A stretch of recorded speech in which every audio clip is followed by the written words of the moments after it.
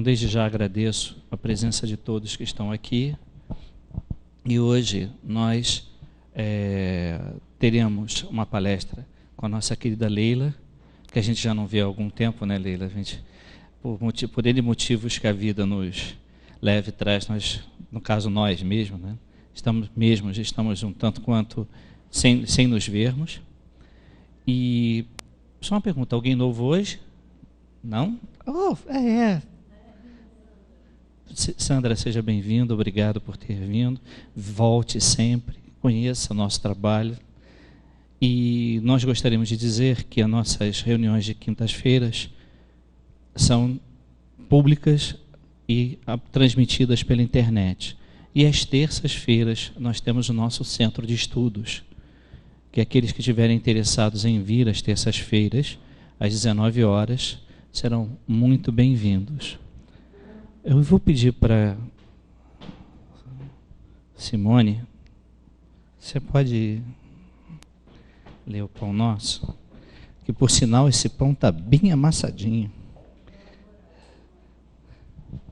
Podia subir? Você sobe.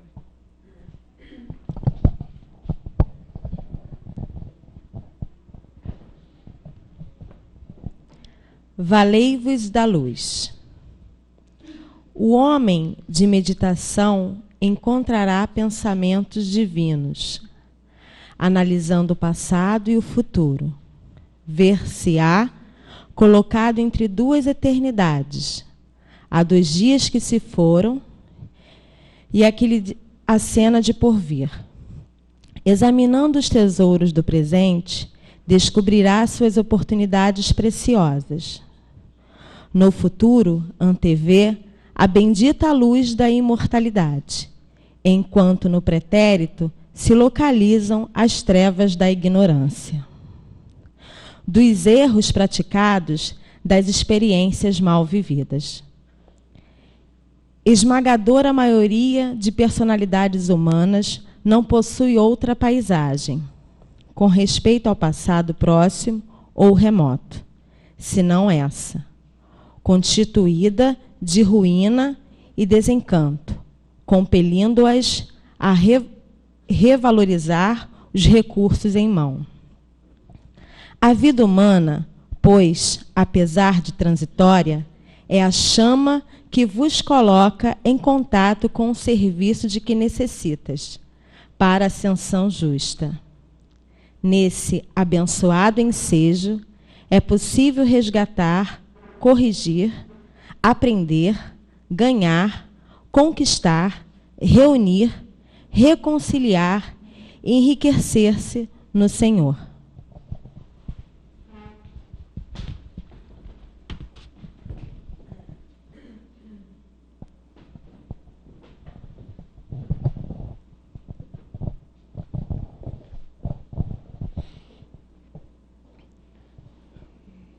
Vamos então, meus irmãos, aquietar nossas mentes, acalmar nosso corpo e deixar que flua em nós toda a grandiosidade de Deus. Pai de infinita luz e bondade, que acalenta tanto o justo quanto o injusto, tanto o bom quanto o mal, que ame distintamente todos os seus filhos em todos os orbes do universo, que sabe a necessidade de cada um de nós, que conhece nossas mazelas, nossas dores, nossas alegrias, nossos desejos, enfim, que vive em nós e conosco. Obrigado pela tua presença amiga. Obrigado pela presença desses amigos espirituais que se fazem presente. Obrigado pelo sol, pela lua, pelas estrelas. Obrigado por estarmos aqui, para que possamos realizar este trabalho com a ajuda de Jesus, nosso Mestre adorado, que trouxe para nós a mensagem que durará séculos e séculos e será a nossa bússola em direção a Ti. Obrigado, Senhor, e que assim seja. Bom, vou chamar a Leila Brandão na palestra Ninguém Pode Vir ao Reino de Deus se não nascer de novo. Leila, obrigado.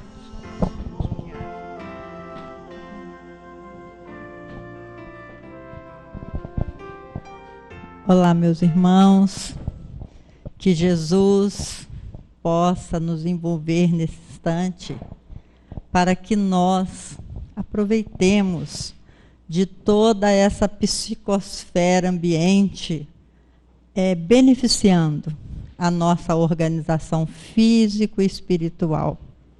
A pergunta é, por que a gente precisa ir à casa espírita?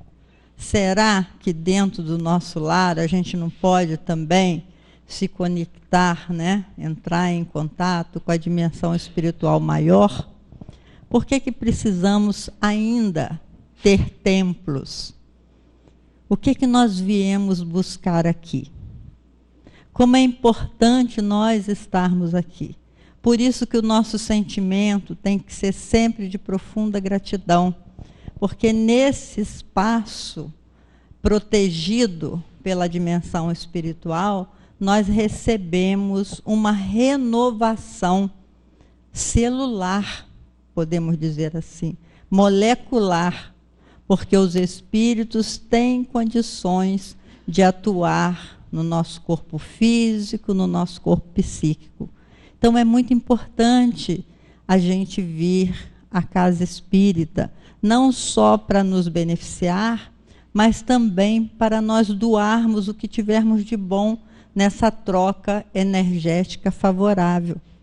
E na noite de hoje, que nós vamos falar sobre esse texto de Jesus, esse diálogo de Jesus com Nicodemos, né? Onde Jesus diz a Nicodemos, ninguém pode ver o reino de Deus se não nascer de novo. Até no Facebook, que eu tenho página no Facebook, eu fiz uma divulgação convidando as pessoas a vir refletir sobre isso, dizendo, será que é preciso reencarnar para nascer de novo? É a pergunta que a gente quer criar uma inquietação nesse sentido. Será necessário reencarnar para nascer de novo? Porque nascer de novo é construir um novo ser, né? Construir um novo pensamento, um novo psiquismo. Até eu vinha conversando com a minha amiga Sandra, ela estava dizendo que a mãe dela nasceu de novo depois que descobriu o exercício físico, que ela vivia cheia de dor, tomava uma porção de remédios e, de repente, quando começou a trabalhar a sua consciência corporal, ela nasceu de novo, ela deixou os remédios, se tornou uma outra pessoa. E se nós vemos a história de Paulo de Tarso, que era Saulo e se tornou Paulo, ele também nasceu de novo numa vida só. Ele deu uma guinada de 360 graus na sua vida, porque ele se tornou um homem completamente diferente. E segundo a biologia, todos os dias, de 15 em 15 dias, diz o Dr. Deepak Chopra, que é um médico, né, estudioso da organização física, ele diz que de 15 em 15 dias nós sofremos uma renovação celular. De modo que nascer de novo tem essa conotação de nós nos renovarmos, renascer. Mas quando Jesus disse isso a Nicodemos, ele falava mesmo da reencarnação. Porque numa vida só, numa existência só, é importante a gente fazer a distinção entre vida e existência. Porque nós temos uma vida só, mas múltiplas existências. Porque numa existência apenas, nós não conseguimos conquistar todos os conhecimentos morais e intelectuais que precisamos para alcançar a nossa meta. A nossa meta é a perfeição. Como diz os Espíritos, do átomo ao arcanjo, o ser humano escreve a sua trajetória evolutiva. Então, a meta para cada um de nós, traçada por Deus, é a perfeição. Nós não fomos criados para a dor, para o sofrimento. É bom que repitamos sempre isso, toda palestra eu repito isto, para que a gente não se esqueça de que fomos criados por Deus para o amor e a felicidade. Ninguém foi criado para o sofrimento. O sofrimento é resultado da nossa ignorância. Todos nós somos filhos da luz, filhos de Deus, herdeiros de todo o universo, como diz a Joana. Mas, pelos nossos equívocos, nós atraímos a dor da nossa vida. Então, nesse diálogo com Nicodemos, Nicodemos disse a Jesus: como pode um homem nascer sendo velho?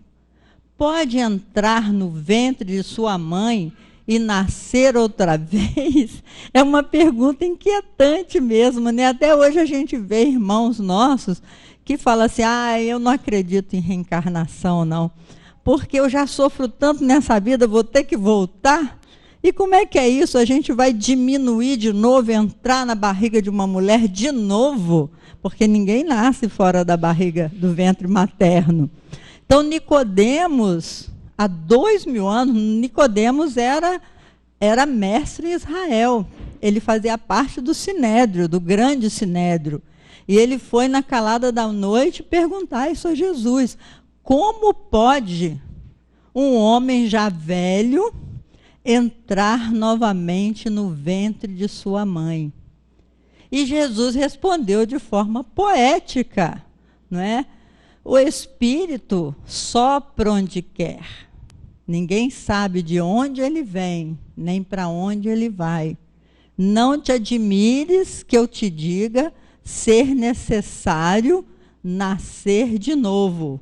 O que vem da água, o que nasce da água é água. A água é matéria. O que nasce do Espírito é Espírito.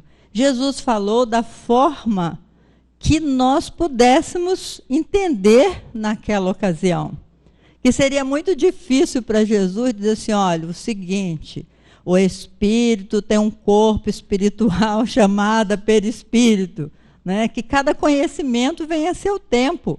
Quando você quer ensinar para uma criança álgebra, você tem que esperar que ela aprenda primeiro as 4 operações, que ela aprenda primeiro os sinais da matemática, o conteúdo, para entrar num assunto um pouco mais aprofundado. Assim também foi Jesus sendo questionado por Nicodemos. Mas Jesus dá um puxãozinho de orelha em Nicodemos, que ele diz assim: és mestre em Israel e não sabe dessas coisas? Por que Jesus deu esse puxãozinho de orelha em Nicodemos? Porque naquela época, ressurreição, a reencarnação era chamada de ressurreição. A reencarnação fazia parte dos dogmas dos judeus com o nome de ressurreição. Tanto é assim que os discípulos perguntaram a Jesus quem era João Batista, porque para que o mestre viesse, aquele filho de Deus prometido, Elias, que era um profeta da antiguidade, teria que vir primeiro. Quem era João Batista? João Batista era primo de Jesus, né? Era filho de Ana, que era irmã de Maria. E João Batista foi o precursor. Ele vinha falando da vinda do mestre. Ele era Elias, que reencarnou como João Batista. Por isso, Jesus respondeu com simplicidade: na verdade, João Batista é Elias que está de volta, e vocês não o reconheceram. Porque os judeus sabiam da reencarnação, só que não chamava reencarnação, chamava ressurreição. Eles sabiam, tanto eles sabiam que eles perguntaram, não era Elias que teria que vir? Se eles não acreditassem na reencarnação, essa pergunta não teria sentido. Não é assim? Então, eles perguntaram. E Jesus, então, respondeu, na verdade, Elias já veio e vocês não o conheceram. Pode passar. Onde está o reino de Deus? Essa é uma pergunta inquietante também, porque Jesus, em todos os momentos da sua pregação, ele falava que nós deveríamos conquistar o reino de Deus, o reino dos céus. E a resposta a Nicodemos foi sobre isso. Você só poderá conquistar o reino de Deus ou o reino dos céus se nascer de novo. Se você não nascer de novo, você não vai conquistar o reino dos céus. E Jesus falou 48 parábolas. Mas sobre o reino dos céus foram 13 parábolas sobre o reino dos céus. Eu coloquei só algumas aí. Mateus 13:44, o reino dos céus assemelha-se a um tesouro escondido no campo e que as pessoas corriam para desenterrar esse tesouro. O reino dos céus é como um negociante que procura pérolas preciosas e quando acha, vende tudo para adquirir essa pérola. O reino dos céus pode ser comparado a certo rei que decidiu acertar conta com seus servos e chama dos últimos aos primeiros. Eu estou só recordando essas parábolas que Jesus contou, porque cada parábola dessa dá uma palestra, né? Estamos só relembrando que ele falou sobre o reino dos céus em muitas parábolas. Portanto, o reino dos céus é semelhante a um proprietário que saiu ao raiar do dia para contratar trabalhadores para a sua vinha. Tem os trabalhadores da primeira hora, da segunda hora, da terceira hora. Em Marcos 4:26, contou-lhes que o reino de Deus é semelhante a um homem que lançou a semente sobre a terra. Aquele homem que saiu a semear, né, que é a parábola do semeador. E Jesus, todo encontro com seus discípulos, ele falava em parábolas sobre o reino dos céus que nós teríamos que conquistar. E aí, por fim, ele inquietou tanto os discípulos, que os discípulos perguntaram, mas Senhor, onde está esse reino dos céus? E Jesus respondeu com simplicidade, o reino de Deus, ou o reino dos céus, está dentro de vós. Olha que lição inquietante, né? O reino dos céus está dentro de vós. Então, o reino de amor e de sabedoria, a perfeição está dentro de cada um de nós. Trazemos registrados no nosso psiquismo o potencial do amor e o potencial da sabedoria. Segundo o Dr. Jung, que é pesquisador da atualidade, trazemos o inconsciente coletivo, ou seja, temos registrados dentro do nosso psiquismo a história de toda a humanidade. Temos tudo dentro de nós. Então, como acessar esse reino dos céus? Por isso o mestre muitas vezes repetiu, brilhe a vossa luz, porque todos nós temos a possibilidade da autoiluminação. Não desenvolvemos nem 10% do nosso poder mental, nem 10% do nosso poder da mente. E o mestre, já naquela ocasião, ele dizia assim, vós podeis fazer o que eu faço e muito mais, mostrando que estamos num caminho da evolução, dentro da lei do progresso do nosso Pai. Por que precisamos reencarnar? Muitas pessoas perguntam isso até hoje, meus irmãos. Ah, eu não queria reencarnar, não. Já reencarnei uma vez, já sofri muito. Agora eu não posso aprender lá em cima o que eu preciso aprender nessas múltiplas dimensões da vida. Por que que nós precisamos reencarnar? Essa pergunta Allan Kardec fez aos espíritos também. E os espíritos nos esclareceram que a reencarnação faz parte da lei do progresso. Quando nós reencarnamos, nós progredimos mais rapidamente. Sabe por quê? Porque eu posso estar convivendo com um ser iluminado aqui e eu nem sei. Ele pode me ensinar coisas que eu demoraria muito tempo na dimensão espiritual para alcançar. Porque quando nós desencarnamos, nós vamos para a dimensão espiritual que o nosso corpo perispiritual suporte. Olha que coisa importante que nós estamos afirmando aqui. A gente não vai para onde a gente quer. Ah, eu quero ir para o céu. Tá bem, mas você construiu o céu dentro de você para viver no céu? Nós vamos para a dimensão que o nosso corpo perispiritual suporte. O nosso corpo tem peso, tem vibração, e toda essa vibração energética é que nos levará à dimensão que nós suportarmos viver. Por isso que Emmanuel fala, cada um vive no clima espiritual que elegeu. Às vezes as pessoas dizem assim, ai mãe, você progrediu tanto, não esquece de mim quando chegar lá, de me puxar. Né? E nem sempre ela vai poder, porque vai depender do esforço de cada um. Por isso é que Jesus falou, a cada um será dado segundo as suas obras. Então, quando nós estamos encarnados, nós estamos tendo a possibilidade de, nessa convivência, crescer mais rapidamente.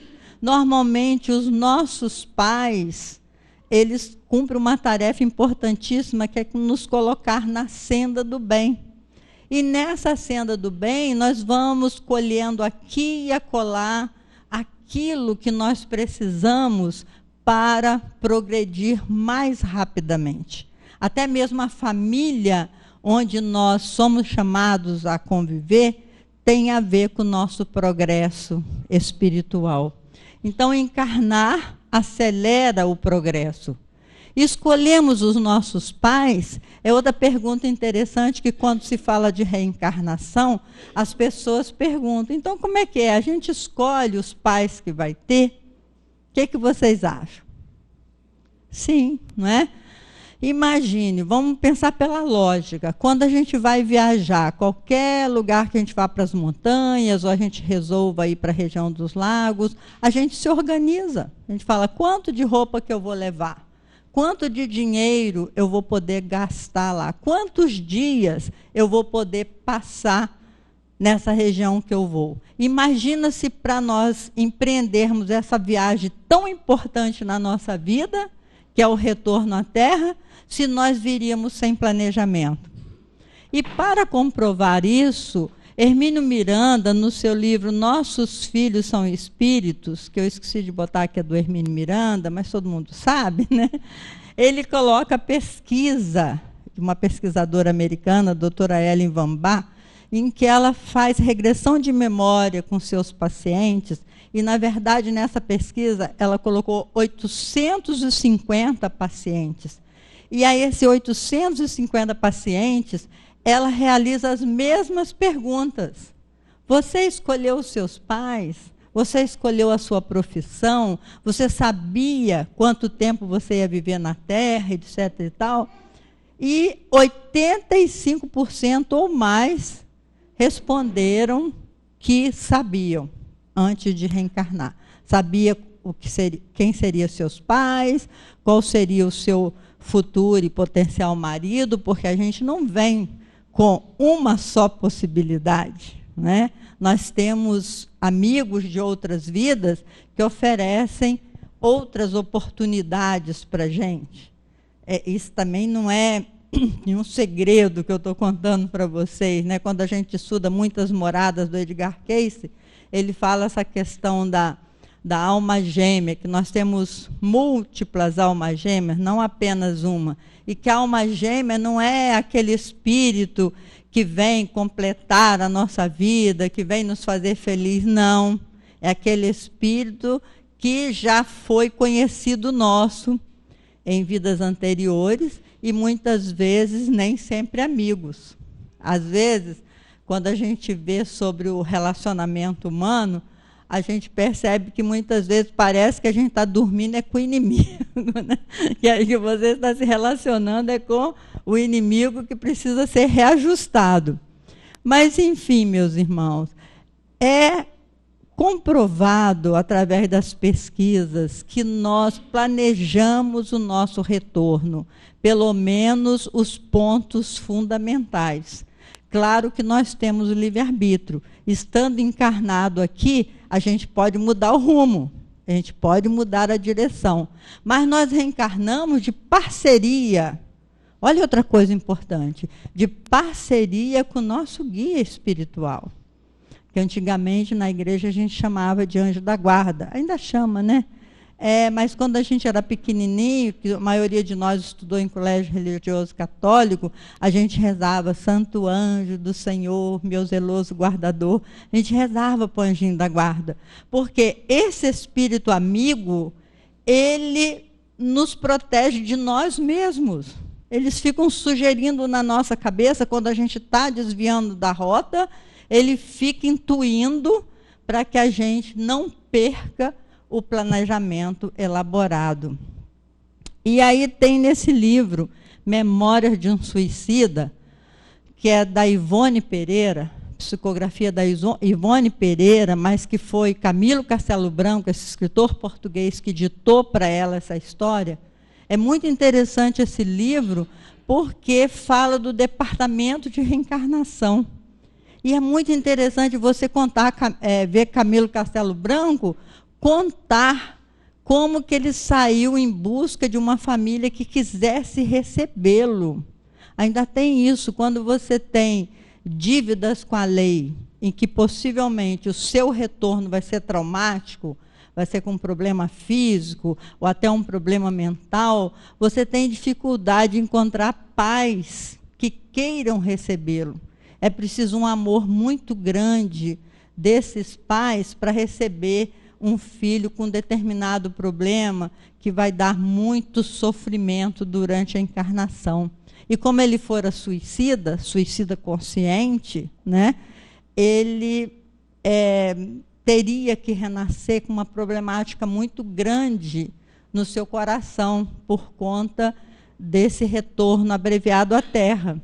Mas o bonito desse livro é ver como que nós planejamos o nosso retorno. Até o corpo físico que ele poderia ter, ele teve acesso em ver como seria esse problema físico. Isso aí também daria uma outra palestra para a gente ver o tanto que a gente reclama, né, do nosso corpo físico, e que, pela misericórdia divina, a gente só nasce com um problema que nós possamos suportar, que nós estejamos preparados para suportar. Enfim, a vida em abundância. Nós precisamos reencarnar também para trazer a vida em abundância para os átomos que constituem o nosso corpo físico. Esses átomos que nós utilizamos provisoriamente, porque depois vamos devolvê-lo à Terra, eles precisam de crescer também em contato com a nossa alma. Olha que coisa interessante. Por isso Jesus disse, eu vim para que todos tenham vida, mas vida em abundância. Ou seja, que a gente possa dar mais vitalidade ao nosso próprio corpo. Dar mais vitalidade ao nosso corpo físico quer dizer tomar consciência dessa máquina maravilhosa que nós recebemos e que muitas vezes a gente bombardeia com as nossas inferioridades morais. Eu digo isso porque esse médico de Deepak Chopra, que escreveu um livro que eu também acho proveitoso da gente ler, embora não seja um livro espírita, como, entre aspas, que para mim todo livro é espírita, no momento que ele nos informa como a gente melhorar, é um livro espírita, mas é um livro científico, chama Corpo Sem Idade, Mente Sem Fronteiras, onde ele afirma que quando nós entristecemos, quando a gente fica entristecido, todas as células do nosso corpo se entristecem. E essa mágoa, essa dor profunda que a gente se permite vivenciar, porque a gente se permite, a gente repete para a gente mesmo a dor, né? Quanto de nós, às vezes, fica lembrando, em vez de colocar lembranças boas na cabeça para a gente sorrir, a gente fica chorando, lembrando de fatos que nos magoaram. Então, quando a gente alimenta essa mágoa, quando a gente alimenta essa tristeza, toda a imunidade do nosso corpo abaixa. E aí nós atraímos todas as energias negativas que fazem mal ao nosso corpo físico. Então, isso não é vida em abundância. Nós não promovemos a vida em abundância porque a gente não toma consciência da grandeza do nosso corpo, de como o nosso corpo é bonito, como é uma máquina perfeita. A gente ainda não tomou essa consciência corporal. Vai passar.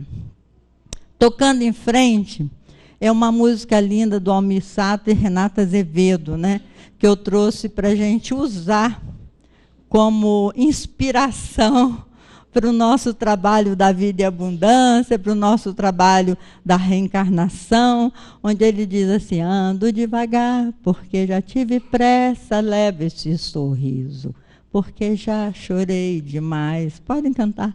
Hoje me sinto mais forte, mais feliz, quem sabe, só leva a certeza de que muito pouco eu sei. Eu nada sei, conhecer as manhas e as manhãs, o sabor das massas. Muito bem. Preciso amor para poder pulsar, é preciso paz para poder sorrir, é preciso chuva, florir. Penso que a vida seja simplesmente conhecer a marcha e tocando em frente. Como um velho boiadeiro levando a boiada, vou tocando os dias, pela longa estrada eu vou, estrada eu sou. Todo mundo ama um dia, todo mundo chora, um dia a gente chega, o outro vai embora. Cada um de nós constrói a sua história, cada ser em si possui o dom de ser capaz, de ser feliz. Então nós vamos tecer considerações sobre essa música, porque ando devagar porque já tive pressa, levo esse sorriso porque já chorei demais. Hoje me sinto mais forte, mais feliz, quem sabe, só levar a certeza de que muito pouco eu sei, eu nada sei. Quem que já não chorou, né, meus irmãos? Demais. Tem até um poema do Francisco Otaviano que ele fala assim: quem passou pela vida em brancas nuvens e em plácido repouso adormeceu, quem não sentiu o frio da desgraça, quem passou pela vida e não sofreu, foi espectro de homem, não foi homem. Só passou pela vida, não viveu. E é verdade, né? Todos nós temos as nossas dores, os nossos sofrimentos, pelo estágio evolutivo em que ainda nos encontramos. A gente poderia, sim, progredir pelo amor, mas nós não conseguimos desenvolver o potencial amoroso. Ainda somos movidos pelas paixões da nossa alma, pelo egoísmo, pela raiva, pelo ciúme, pela inveja. E isso tudo faz com que a gente atraia a dor. E a dor, então, impulsiona o nosso progresso. Por isso que a gente sofre tanto, né? E aí eu botei o coelho da história da Alice, que é a história da Alice no País da Maravilha, desse autor, Lewis Carroll. Ele começa a história com aquele coelhinho com relógio. É tarde, tão tarde até que arde. Ai, ai, meu Deus, alô, adeus, é tarde, é tarde, é tarde. Aí sai a menininha correndo atrás do coelhinho, e o coelhinho correndo até entrar naquele buraco do País das Maravilhas. E assim é a nossa vida, a gente está sempre correndo, né? Hoje em dia está todo mundo correndo, porque o volume de conhecimento é tão grande, a exigência do mundo moderno é tão grande, que ninguém tem mais tempo para nada. E você sai correndo numa insanidade. Você vai para onde? Por que você corre tanto, né? Você está correndo por quê? Às vezes a gente tem que parar para perguntar, meu Deus, por que eu não tenho tempo para fazer mais nada? Eu estou escravo, diz a Joana, que nós nos tornamos possuídos pelos bens que pensamos possuir. Nunca vi uma frase tão perfeita feito essa. Porque a gente pensa que é dono das coisas. E a gente sai correndo porque é dono disso tudo. E fica tomando conta de tudo. Né? E depois, quando a gente desencarna, nada disso nós vamos levar. E tudo que nós amealhamos fica aí para os filhos ficarem brigando. E às vezes brigas horríveis por conta de valores materiais. Outro dia lá em Vitória, encontrei com uma amiga que ela estava separando do marido, e ela falou assim, você acredita que aquele cretino entrou na minha casa, pegou uma televisão? Eu falei, e você está brigando por conta de uma televisão? Mas é assim, a gente se tornou tão mesquinho, né? A gente, se eu estivesse no lugar dela, talvez estivesse fazendo isso também. A gente se tornou tão mesquinho, tão apegado a esses valores, que transtorna o nosso dia, transtorna a nossa vida por essa correria insana, sem saber aonde que nós vamos chegar. O filósofo que queria entrevistar Sócrates está no livro Contos desta e de Outras Vidas, do irmão X, que é Humberto de Campos, né? Diz que um filósofo queria encontrar com Sócrates, que o sonho da vida dele é encontrar o mestre da antiguidade. E aí ele teve a permissão de Jesus, e quando ele chegou em frente a Sócrates, ele disse assim, Senhor, o que o Senhor nos recomenda agora para o século XX? Porque o livro ainda é do século XX. O que o Senhor nos recomenda agora para o século XX, depois de tantos anos? Aí diz que Sócrates parou e disse assim, eu digo para a humanidade a mesma coisa, conheça-te a ti mesmo. Ainda estamos engatinhando nessa proposta de nos autoconhecermos. A gente não se identifica como filhos de Deus, como filhos da luz. Porque se nós nos identificássemos como filhos de Deus, filhos da luz, a gente ia compreender melhor a transitoriedade da vida. Hoje a física, a microfísica, todos esses estudiosos nos mostram a grandeza do universo, a grandeza do microcosmo, do macrocosmo, mas a gente não para pensar.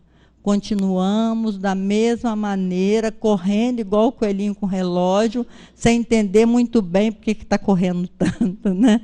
A metáfora é muito interessante. E a nossa herança está no livro Roteiro do Emmanuel. Emmanuel nos convida a pensar na herança que nós recebemos, a herança desses homens maravilhosos que passaram pela Terra e tiveram a intuição do porquê que reencarnaram e fizeram algum bem para a humanidade. Por isso que aquele presidente dos Estados Unidos pergunta, ele tem uma frase muito célebre que ele diz, não pergunte o que os Estados Unidos pode fazer por você, mas o que você pode fazer pelos Estados Unidos. E no Brasil a mesma coisa, a gente quer receber tudo. Eu fico vendo no Bom Dia Brasil, problema nas escolas, problema aqui, problema ali. Ninguém quer saber de resolver, quer saber de levantar o problema. Certa feita na minha cidade, lá em Volta Redonda, quando eu fui diretora de uma escola, a escola estava caindo aos pedaços. E eu falei, meu Deus, por que eu estou aqui? Eu tenho que fazer alguma coisa por essa escola. Sozinha não vou conseguir. Chamei a comunidade, chamei os pais. E nós fizemos um mutirão. Perguntei se tinha algum carpinteiro, se tinha algum eletricista, e nós recuperamos a escola inteira. Se nós fôssemos esperar a intervenção do Estado, a escola continuaria caindo aos pedaços. É preciso que a gente faça alguma coisa, nem que seja um pouquinho. Se a gente fizer um pouquinho, nós vamos mudar esse mundo. Mas é preciso tomar consciência do que nós estamos fazendo aqui. E Emmanuel, nesse livro Roteiro, ele diz assim, onde estávamos nós quando os grandes gênios escreviam a história da humanidade? O que nós fazíamos quando Graham Bell trouxe o telefone, né? Quando Sabin trouxe a penicilina, quando Thomas Edison trouxe a lâmpada elétrica, que a gente estudava a luz de vela, a luz de querosene? Onde estávamos nós outros?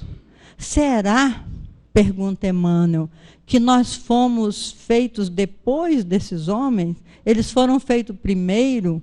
Por isso eles são mais inteligentes, são mais trabalhadores, são mais produtivos? E o próprio Emmanuel responde, não. A humanidade terrena foi feita toda ao mesmo tempo. Segundo Emmanuel, nós somos 20 bilhões de almas feitas ao mesmo tempo. E estamos progredindo nesse prelúdio, como diz Allan Kardec, de ida e volta. Ora estamos na dimensão espiritual, ora estamos encarnados, construindo o nosso progresso.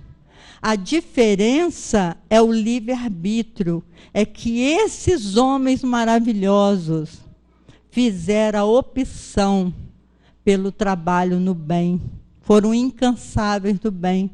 E a gente recebeu essa herança maravilhosa. É uma herança tão fantástica, meus irmãos. Outro dia eu fiz o culto no lar na minha casa, uma filha minha em Los Angeles, a outra no Chile. Elas participaram do culto pelo Skype. Estava uma e outra dentro do meu culto. Achei tão maravilhoso esse tal de Skype que eu nem chego a entender como funciona isso. Eu uso de uma tecnologia que eu não compreendo.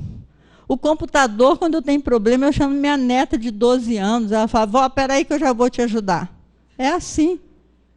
Porque eu não compreendo isso ainda. Minha mente não alcança. Não é? E nós somos herdeiros disso tudo. E a gente só faz reclamar. Nós temos que tomar consciência que é hora de regaçar as mangas e trabalhar. O Espiritismo trouxe o verbo servir. Aquele que quiser ser o maior, seja o servidor de todos. E Emmanuel, nesse livro Roteiro, ele fala uma coisa que mexe com o psiquismo da gente. Ele fala assim, nós, enquanto esses homens buscavam atender os apelos de Deus, ouvir os apelos de Deus, nós outros estávamos nas festas do nada, nos saraus das inutilidades. Achei isso forte, né? Nos saraus das inutilidades, preocupados com o que comer, com o que vestir. Sempre fomos preocupados com o mundo exterior e esquecemos que o importante mesmo é o mundo interior. Penso que a vida seja simplesmente conhecer a marcha e ir tocando em frente. Como um velho boiadeiro levando a boiada, vou tocando os dias pela longa estrada, eu vou. Estrada eu sou. É tão linda essa metáfora do velho boiadeiro, né? A gente fica imaginando aquele velho boiadeiro carregando aquela boiada na estrada, ele sabe exatamente onde ele vai chegar com a boiada. Ele sabe exatamente onde os bois vão dar. E nós estamos também numa estrada. Aí eu me pergunto, a gente sabe onde essa estrada vai dar? Sabemos, no cemitério. Nós vamos dar no cemitério, a nossa estrada é lá que termina, fisicamente falando, né? Até eu gosto muito de uma frase do Fernando Pessoa, que ele fala assim, nós somos um cadáver adiado. É a pura verdade, né? Nós somos um cadáver adiado, que nós vamos devolver o corpo físico à terra.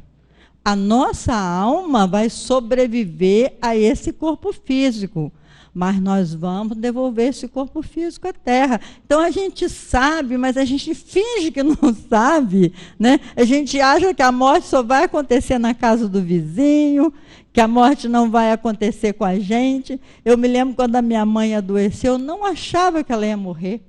Eu achava que ela ia se safar, que ela ia viver para sempre. A gente nunca acha que a pessoa vai morrer.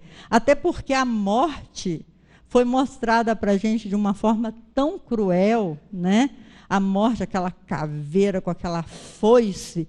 Então, a gente morre de medo da morte. É natural, nós temos no nosso psiquismo esse pavor da morte, que a morte representa sofrimento.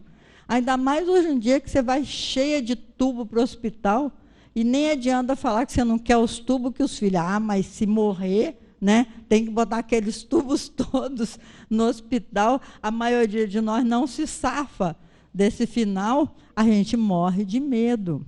Mas Jesus veio ao mundo para matar a morte. Ninguém morre, meus irmãos. Essa consciência a gente tem que tomar. Ele ficou 40 dias convivendo com seus discípulos para mostrar para a humanidade que a morte não existe. Existe só o outro lado da estrada. Existe múltiplas dimensões só de vida. Mas a gente culteia a morte. A gente morre de medo da morte. Tem gente que fala assim, ai meu Deus, meu pai morreu, mas ele lá e eu aqui. Tem uns que até batem na mesa assim, nossa... Imagina você, depois de você desencarnar, e eu chegar aqui, e a Simone falar assim, credo, estou sentindo um negócio frio, deve ser a Leila. Aí você vai ficar muito triste, né? Por que a gente reage assim com relação aos desencarnados, se nós sabemos que esse é o final da estrada? Sabemos para onde vamos? Na Terra, sim. Vamos desencarnar. Na dimensão espiritual, os espíritos nos revelam que a dimensão espiritual é como sair do fundo do mar, é um despertar. É maravilhoso a gente desencarnar, mas nós vamos onde o nosso corpo perispiritual nos permite estar. Existem muitos lugares nessa múltipla dimensão da vida.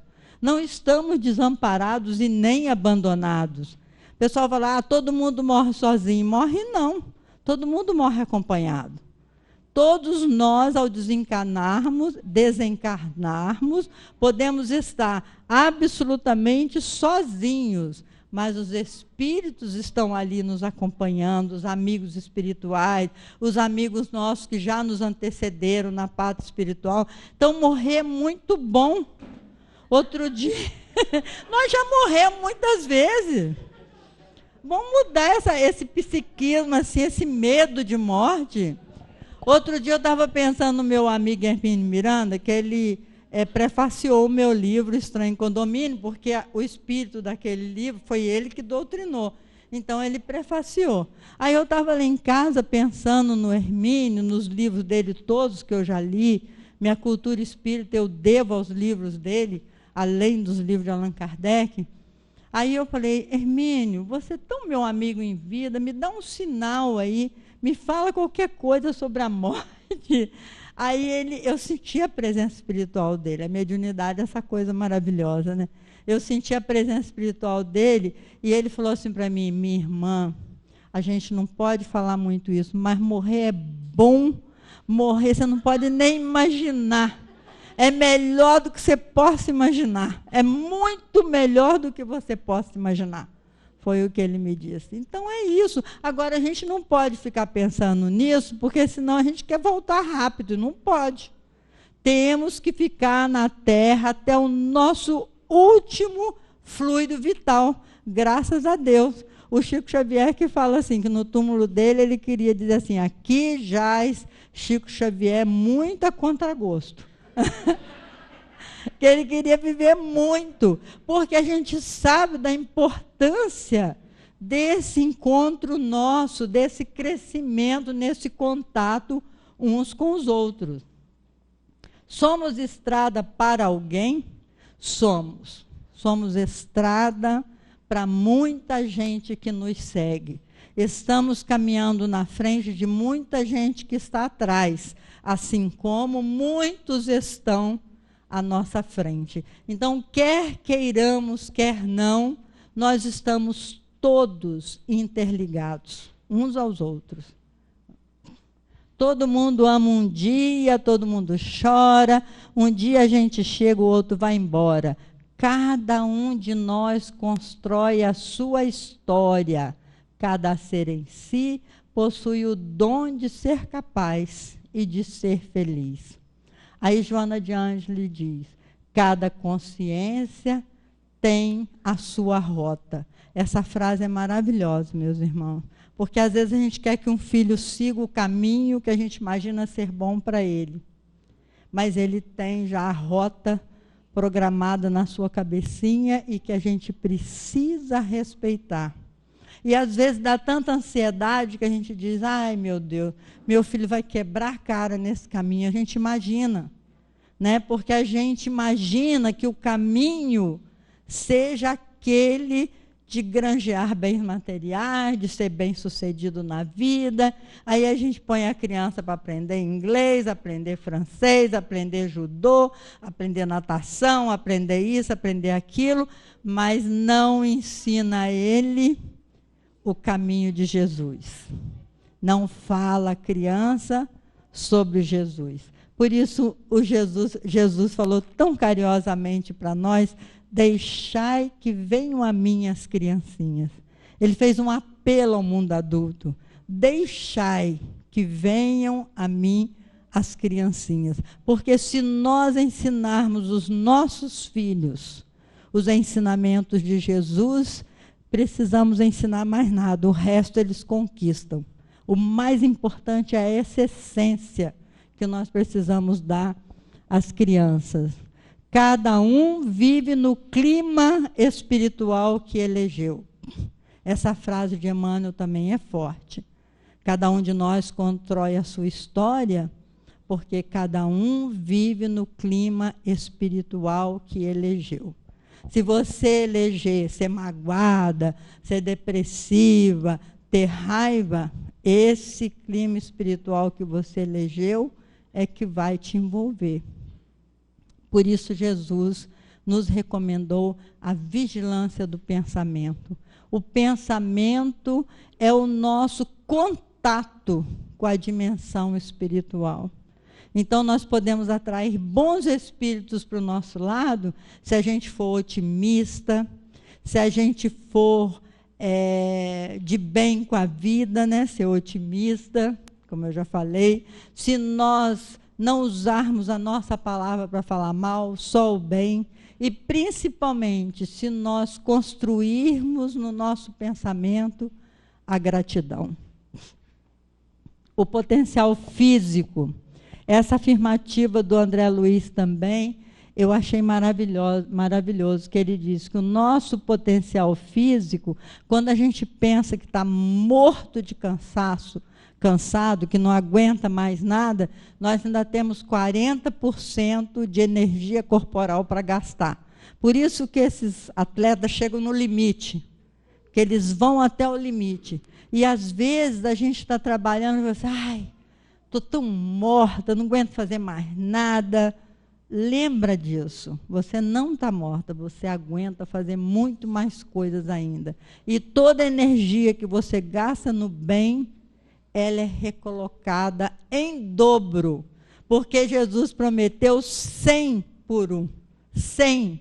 Se você gasta uma coisinha no bem, você recebe 100 por essa coisinha que você deu. E isso é verdade, meus irmãos.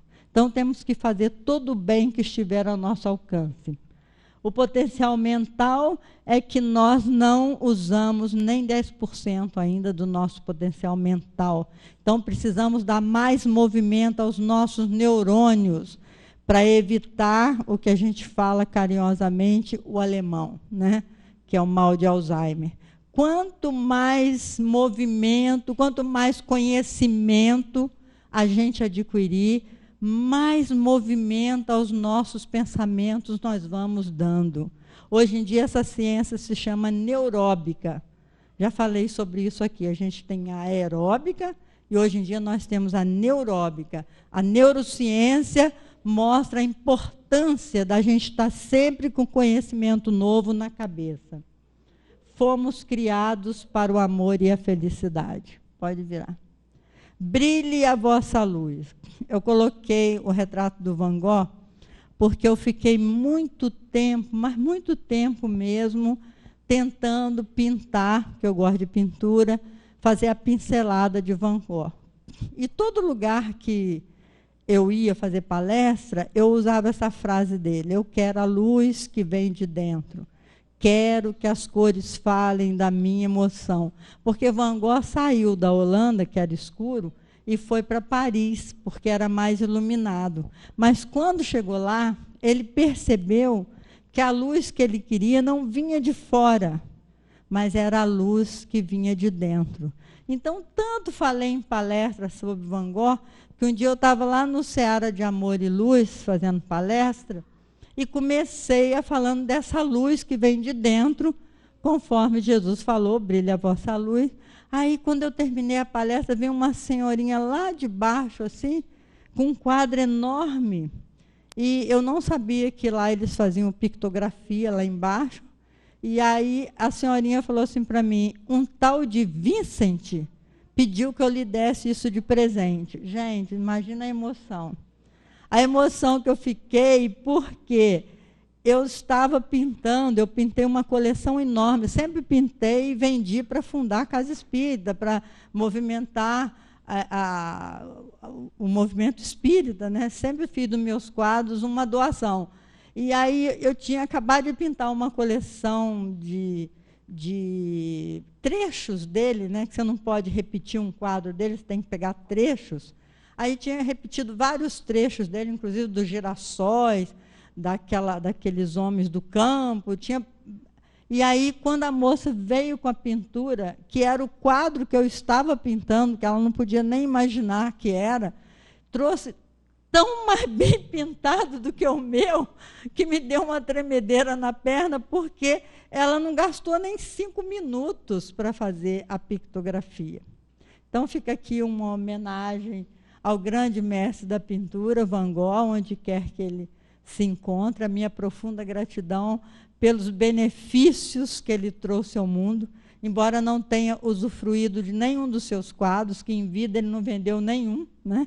Pintou 800 quadros e morreu internado na pobreza, nem mesmo seu irmão conseguiu vender os seus quadros. Ele ficou muito famoso depois que a gente, não sei se vocês já tiveram a oportunidade de ver uma exposição de Van Gogh, você chora em frente a cada quadro dele, tal é a beleza de cor que ele usa. Inclusive, esse retrato é autorretrato, ele pintou dele mesmo. E todo mundo sabe da sua história, que ele pintou vários autorretratos, um deles que ele não conseguia fazer o ouvido, ele cortou o próprio ouvido para ficar mais fácil pintar sem orelha, né? Olha o nível de neurose que o nosso irmão tinha. Enfim, essa é a continuidade da vida, meus irmãos. Hoje nós estamos aqui falando a vocês, amanhã sabe-se lá onde estaremos, porque, como disse Jesus, o Espírito sopra onde quer. Ninguém sabe de onde ele veio e nem para onde ele vai. Por isso eu te digo, Nicodemos, é necessário nascer de novo. Que Jesus nos envolva na sua paz e que nós possamos renascer cada dia, cada amanhecer, que a gente possa fazer um projeto de amor para a nossa vida, para não ter que sofrer tanto nas próximas existências. Muita paz para todos. E agora, depois dessa prece intermediária, nós vamos para o passe. E depois do passe, aqueles que quiserem ficar para a nossa prece final dos trabalhadores serão muito bem-vindos. Desde já, novamente, agradeço a presença de todos, informando que lá embaixo nós temos a nossa livraria, com alguns dos livros citados aqui pela Leila, nossa discografia, que tem diversos CDs e DVDs, e o nosso lanchinho tradicional. Quem quiser nos acompanhar, ficamos muito agradecidos. Então vamos elevar nossos pensamentos novamente, agradecendo a Deus a oportunidade desse estudo e a nossa irmã Leila por tê-lo proferido tão bem, tocando em pontos que são tão interessantes e necessários para todos nós, para que possamos aprender a valorizar o corpo à sua justa medida e dar à alma a amplitude e o entendimento que tanto necessitamos. Quando Jesus aqui veio, falou por parábolas, é que ainda não estávamos aptos a entendê-las. Hoje, 2000 anos se passaram.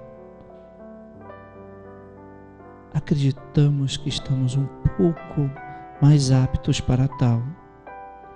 E é nessa crença que pedimos ao Pai auxílio para que possamos amar-nos uns aos outros, como Jesus nos amou. Para que possamos fazer da nossa palavra sim e não, para que não sejamos levados pela maledicência, pela dúvida, pelo desamor. Que possamos compreender as crianças, pois se não as compreendermos, como entraremos no reino dos céus? Que possamos ser o sal da terra, para não tornarmos nossa vida insípida. Enfim, Senhor, obrigado pelo caminho que Jesus nos deu. Obrigado pela tua presença amiga. Obrigado pela presença dos nossos amigos espirituais, dos espíritos aqui presentes, dos amigos que estão aqui reunidos conosco. Muito obrigado, Senhor, e que possamos dar essa primeira fase da nossa reunião como encerrada. Que assim seja.